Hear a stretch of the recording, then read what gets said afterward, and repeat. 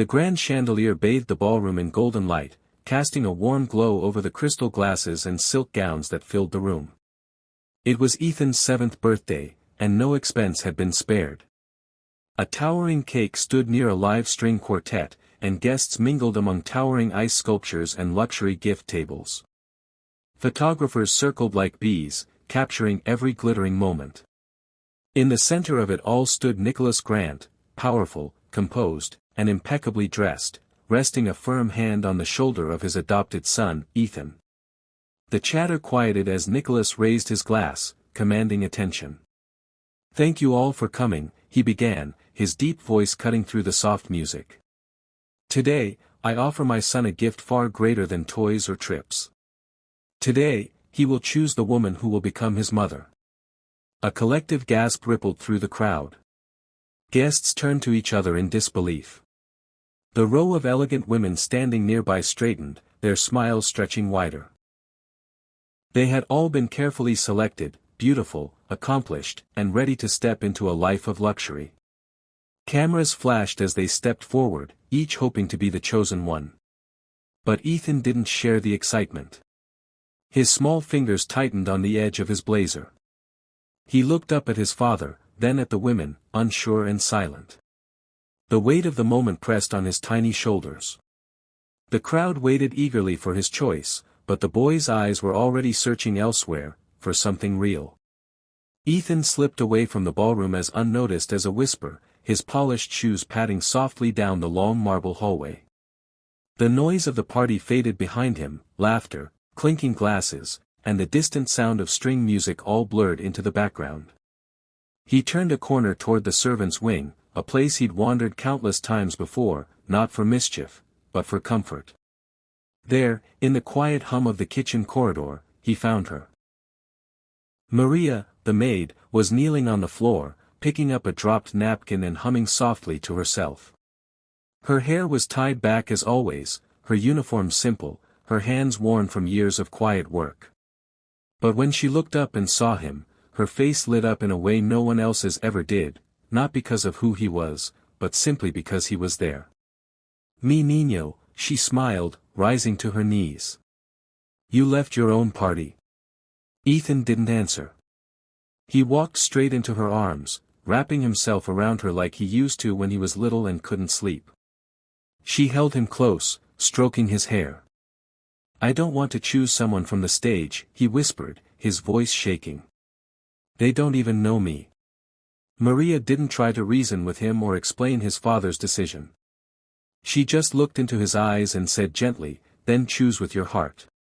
In that quiet moment, away from the glitter and gowns, Ethan already knew, he had. Back in the glittering ballroom, the atmosphere was electric.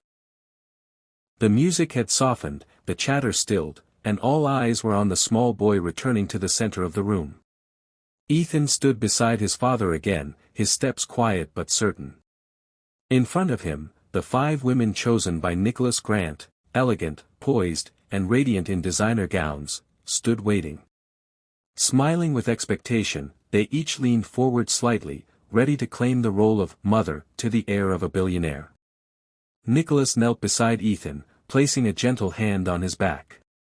"Go ahead, son," he said with a proud smile. "Who will you choose?" The room held its breath. Ethan looked at each woman, one by one. Some gave him a wink, others offered a rehearsed smile or a wave. But his expression didn't change. He took a deep breath, turned around, and walked past them all. He moved toward the back of the room where the staff stood quietly, almost invisible to the wealthy crowd.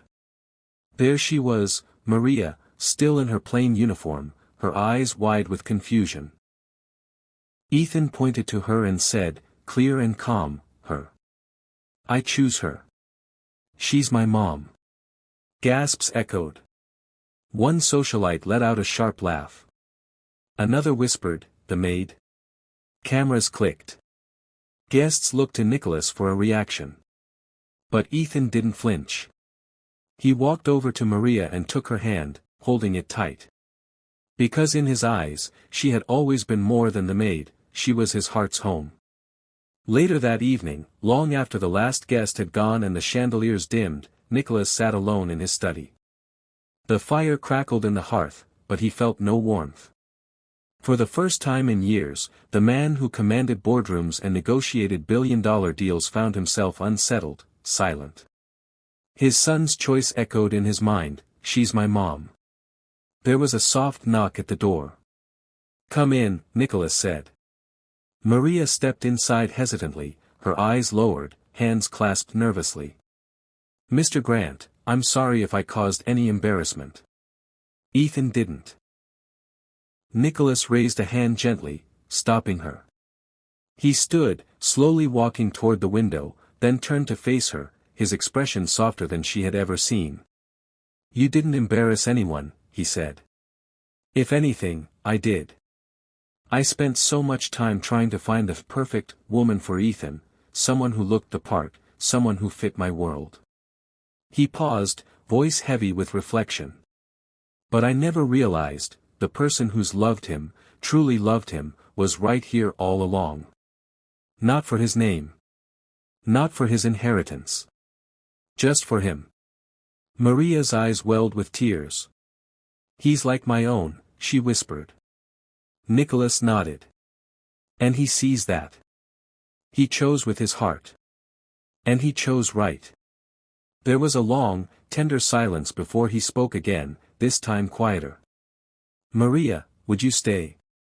Not as the maid. But as his mother. And, part of this family?" Her voice trembled, but her answer was simple, "Yes." The sun cast a golden glow over the quiet park, where laughter echoed between the trees. It was a simple Sunday afternoon, no tuxedos, no chandeliers, no cameras. Just a picnic blanket, a homemade lunch, and the sound of a kite fluttering high in the breeze. Ethan ran across the grass, holding the string with both hands, his laughter pure and free. His cheeks were flushed with joy, his eyes full of light. On a nearby bench, Maria sat watching him, her smile gentle, her heart full. Beside her, Nicholas sat, not in a suit, but in jeans and a sweater, his arm resting comfortably along the back of the bench. For the first time in a long time, he wasn't thinking about board meetings or mergers. He was watching his son chase the wind, and the woman beside him, the woman who had filled the house with love long before he ever noticed, smile with pride. Ethan ran back toward them, kite in hand, and collapsed in Maria's lap, giggling. She wrapped her arms around him. Nicholas leaned in, kissing the top of his son's head. "I never knew life could feel this." "Full," Nicholas murmured, more to himself than anyone else.